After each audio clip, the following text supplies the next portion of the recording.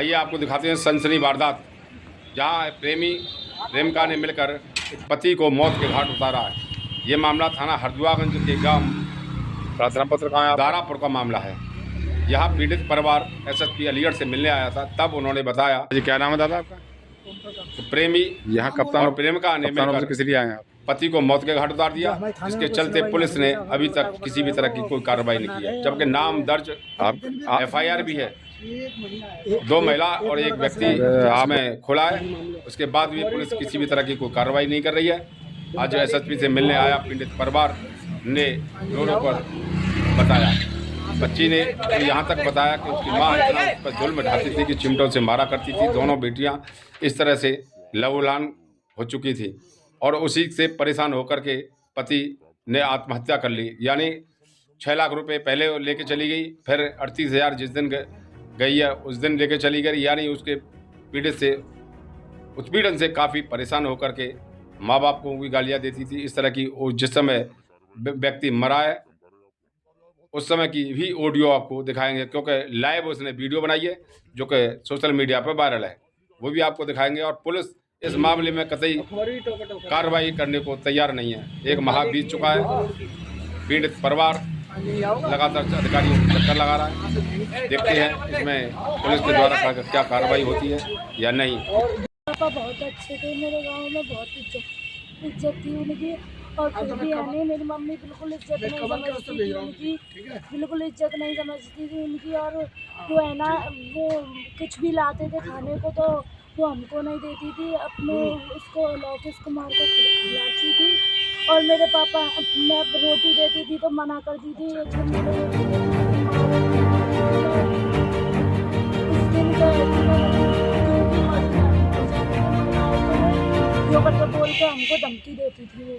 कौन आपकी माँ थी? हाँ माँ थी। और मेरे बाबा ने 3 भी भैंस ली थी, तीनों भैंस में से 1 भी भैंस का हमको दूध नहीं पिलाया और उनको ही खिलाया लौकी को। और मेरी अम्मा का और मेरी चाची का छोटा सारा मेरे पापा काम कर रहे थे, बाबा पानी लगा रहे थे, धमकी दे के ले गई मेरी अम्मा पर। कहाँ ले गई? उस लौकेश को दे दिया। लोकेश कहाँ रहता है? लौकेश हमारा पड़ोसी है, गाँव में रहता है। और 6 लाख रुपए ले गई थी, पुलिस ने कार्रवाई नहीं की आपकी? क्या कहती है पुलिस? कर देंगे और धमकी भी देती है, बाबा जाते होंगे। ये आपकी दादी है? हाँ ये मेरी दादी है, ये मेरे दादी। अब इस समय आपकी माँ कहाँ है? माँ की मुझे नहीं पता। ये बेटी किसकी है?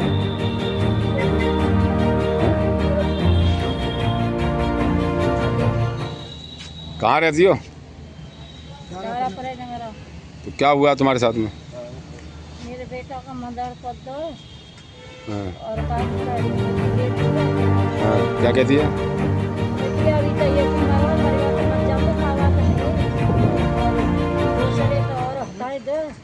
क्या बेटे हैं आपके? 3 है। दूसरे को धमकी देती है मारने की? हाँ। क्या कहती है? कहती है क्या?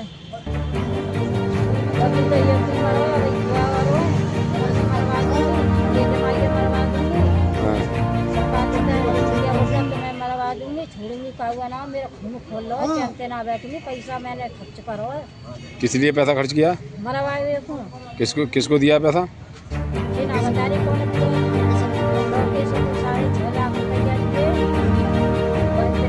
और बाकी बेटन का जेवर मुँह पे गाय मुँह पे धक्का धमकी के करवा ले गई, मारपीट करके। और सभी गाय लौके से दे दो जेवर और सबर पैसा दे दो 40,000 पैसा बाद ना निकाल लेंगे, बेटा को निकाल ले गई।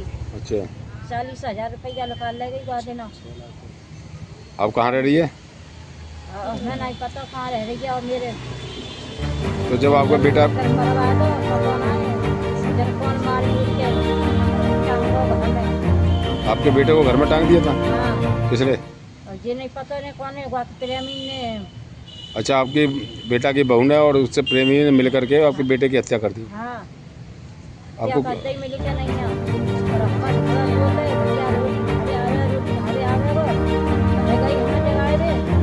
एक भैया दिए अब पुलिस कार्रवाई कर रही है, नहीं कर रही कुछ इसमें? नहीं कर रही, हमें धमकी और देता है, हमारे बालक जाता है वो जाता है, कोई सुनवाई ना दे रही, धमकी देता है। क्या कहती है पुलिस? 1 महीना है वो, मेरे खत तो रहे और कैसे करें। तो इसीलिए आप कप्तान साहब के पास आई थी, तो इन्होंने क्या कह दिया आज, क्या आश्वासन दिया आपको? बुलाएगा दरोगा तुम्हें, हाँ। कल ले आइए।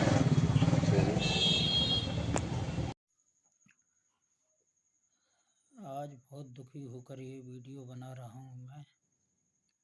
मैं अपनी पत्नी से तंग आकर आत्महत्या करने जा रहा हूँ। मेरी पत्नी ने 5 साल से मुझे बहुत परेशान कर रखा है।